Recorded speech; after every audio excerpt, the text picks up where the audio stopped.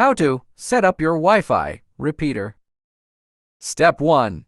Plug your Wi-Fi repeater into a power outlet that's close to your Wi-Fi router and wait till the power light becomes stable. Step 2. Now take your phone or laptop and connect to the Wi-Fi's temporary network. It usually appears as repeater's model name. Step 3. After successful connection, you will be automatically redirected to the repeater's configuration page. Step 4. Here you will see two options: repeater mode settings and AP mode settings. Select the repeater mode settings. Step 5. Now repeater will scan and show you all available Wi-Fi networks. Choose your home Wi-Fi network from the list.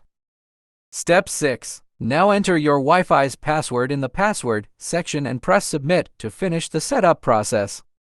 Step 7. To check, go to your Wi-Fi's settings. You'll see a new Wi-Fi network name, often your original Wi-Fi name with X added at the end. Step 8. Select the new Wi-Fi network and connect using the same Wi-Fi password as your main router. Step 9. After a successful connection, unplug the repeater and place it in a location halfway between your router and the area with weak signal.